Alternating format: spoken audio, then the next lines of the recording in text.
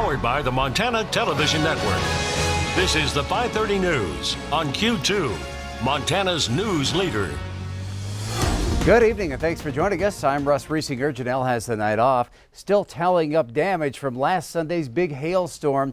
It wasn't just cars and homes that took a hit. That hail also killed and injured thousands of waterfowl at Big Lake, northwest of Billings near Molt. Montana Fish, Wildlife and Parks biologists found dead birds in and around Big Lake Wildlife Management Area. Q2's David J. has more from FWP. David? Well, Russ, Fish, Wildlife and Parks says hail was as big as golf balls and baseballs with 70-mile-per-hour winds. That hail took about 25 to 30% of the bird population at the Wildlife Management Area. It's estimated more than 11,000 birds died near that lake and around the lake. FWP says about 50,000 have lived on the lake. The island in the middle is home to many types of birds, including ducks, Canada geese, double-crested cormorants, shorebirds, gulls, and pelicans. This is FWP video from about a week before that storm that's home to the birds. And when the storm hit on Sunday, there was no place for the birds to hide or fly.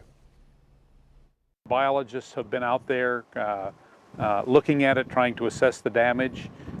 They think that there are between 11 and 13,000 dead birds, or birds that are so severely injured that they aren't going to last very much longer. Broken wings, big bruises, inability to get around. Bob Gibson says there are not many scavengers in the area. FWP is keeping a close watch on botulism from the decay.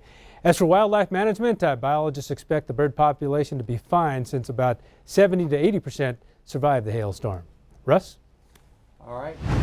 Thank you, David. And Bob, all week it seems like we have heard stories of people and crops and animals affected by this storm. And take us again behind the curtain and show us how it all started. It started off earlier in the afternoon. Let me show you. We got it here on the Doppler radar. We got it. This is pulled back from Sunday. You'll notice, here we go, and that big batch of rain just started moving through. There you go, to about 5:30. Then by about 6:30 or so, that storm started making its way through the Molt area. Then you'll notice coming up from the south, there was another batch of rain that made it over into eastern Yellowstone County that made a storm even stronger by the time it got to Pompey's Pillar. But let me show you what it looked like for hail. Look at that. As it went through Molt, it had the 2-inch hail. In some cases, reports of 2 3/4 inches, up to 3 inches of hail. So it was really quite a significant storm as it blew through Molt, Acton, on into Shepherd, and the whole thing continues to push its way out of there. So it was just a nasty storm that moved in, one of the worst we've seen since 2010, I've been told. Anyway, that's what's happening. We'll have your forecast in a few more minutes. Russ? All right, thank you, Bob. A National Guard unit from Anaconda just got back from a mission to help Native American veterans in Crow Agency. NPN's John Amy tells us how it's all about making sure there's a roof over people's heads. Anaconda's Army National Guard 230th Engineering Company work hard, and they're proud of their work. That's something that if we come back years from now, we can be like, we built this, we did that, we helped somebody. It's awesome. The unit spent nearly 2 weeks in eastern Montana on the Crow Agency, building homes for Native American veterans and repairing homes that suffered weather damage. If it was hail damage and then just some wind blowing off the siding, it wasn't super good siding, so a lot of it needed to replace. The company took pride knowing that their efforts were helping fellow veterans. Most people don't realize that Native Americans actually have some of the highest participation rates of any demographic in the military. So it feels really good to reward people who have been so loyal to our country and kind of give back to those in turn. It's a very rewarding cycle. And what also made this work rewarding for this Anaconda Guard unit is all the positive feedback they got from the community. We had a lot of people stop. People would stop in their cars and just say out the car window, hey, you're doing a great job. Thank you so much for what you're doing. Always ready, always there. In Anaconda, John Amy, MTN News. And the Crow Agency presented the Guard unit with their flag as a gift of appreciation. Well, a state program meant to lower health insurance premiums for Montanans buying on the individual market has been approved by the federal government. The Trump administration this week okayed Montana's new health reinsurance pool, effective for the next 5 years. The plan, passed by this year's legislature, will act as a backstop to cover portions of expensive health care claims on policies bought on the individual market. That market affects around 50,000 Montanans. State Auditor Matt Rosendale said the pool has already led to lower premiums proposed for 2020. Governor Bullock also praised the program, which will be funded by a small charge on total health insurance premium volume in the state. Bullock vetoed similar legislation in 2017. Well, Governor Bullock will be getting some much-needed face time in his bid for president. CNN will host an hour-long town hall with the Helena native on Sunday, August 25th at 4 o'clock. Bullock polled at 0% in the most recent poll conducted by the cable news giant. The town hall will be held in New York. CNN is reaching out to Democratic voters in that region, asking them to submit questions for the Montana governor.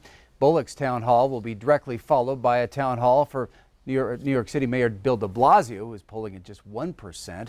Right now, Joe Biden leads that poll, backed by 22% of the polling population. Well, tomorrow marks the 60th anniversary of the 1959 earthquake at Hebgen Lake, just west of Yellowstone National Park. MTN's John Shear has more on special ceremonies that are planned to mark that occasion. The actual time of that massive 7.3 earthquake in 1959 was 11:37 p.m. on the 17th of August.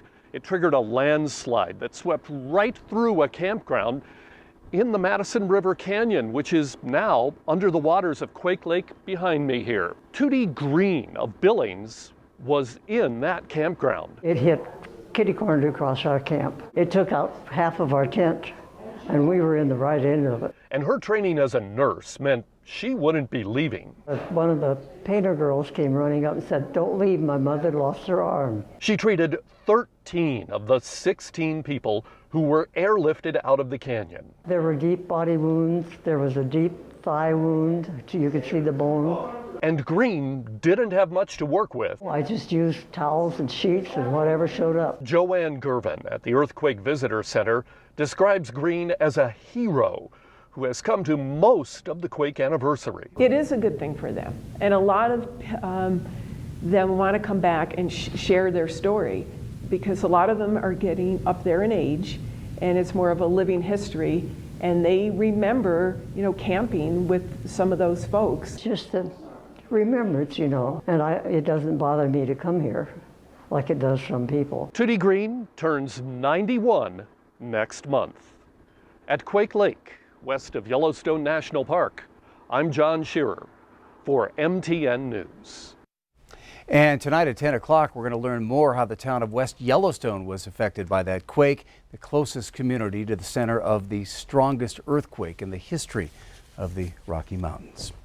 Man from Utah who went missing 5 days ago has reportedly been found alive and well. Early this morning, he walked to one of the camps set up for his search and rescue in an Idaho wilderness area. Caden Laga, who was separated from his family while on a horseback trip, was scheduled to meet with his family first thing this morning. The family says Laga went missing in the Selway Wilderness west of Twin Lakes with limited supplies and clothing. Authorities were notified when he failed to reach the trailhead on Sunday and had been searching since then. Dog teams from True North Search Dogs, Ravalli County Search and Rescue, as well as helicopters from Choice Aviation of Hamilton and the Montana Army National Guard all participated in that search. Well, it's Service to America Day at Montana Fair as we honor veterans and first responders in the wake of last weekend's hailstorm. Q2's Rob Griggs brings us one group of local rescuers into focus. Rob?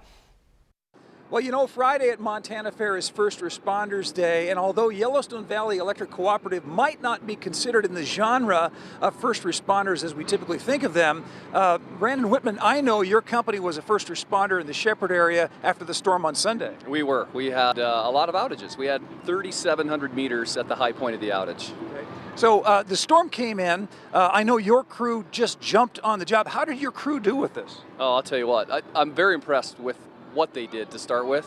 A lot of them live in the areas that were affected, so a lot of their homes, their vehicles were damaged. and they kind of set that aside and they went to work for our members. So it was very impressive. We know it was very late in the season for this magnitude of storm. How are the folks out in Shepherd and the folks you worked with? Did they understand what you guys were up against? They were extremely patient. We had another incident on Monday after we got the outage numbers down to about 300 meters. Had a car wreck on the west end. All of a sudden the numbers went up to 700 meters back out of power. But there was a lot of patience from our members. They knew our guys were out there working hard. They knew they were eventually going to be next. All right. Brandon, we're coming into first weekend after that storm. What's the status? Are we pretty much mopped up now? We are. Yeah, we're just cleaning up some trees and that sort of thing. But everybody was back in power within 48 hours. And yeah, we're just cleaning things up now. Okay, well, so that's good news because I know Brandon is so excited about his crew that probably there'll be foot-long corn dogs for everybody. Sure, let's go with that. I like it. I just sort of threw that one out. It's a great night to be out here at Montana Fair. Brandon Whitman, thank you very much for taking time to visit with us. Thank you, I appreciate it. All right, let's toss it back to the studio. All right, thanks, Rob. Service to America Day at Montana Fair includes free gate admission for veterans and first responders and a guest, plus a pair of rodeo tickets for tonight. An official presentation involving a flyover will happen at 6:45 this evening. Well, there's more news from across our state on the MTN 9 o'clock news.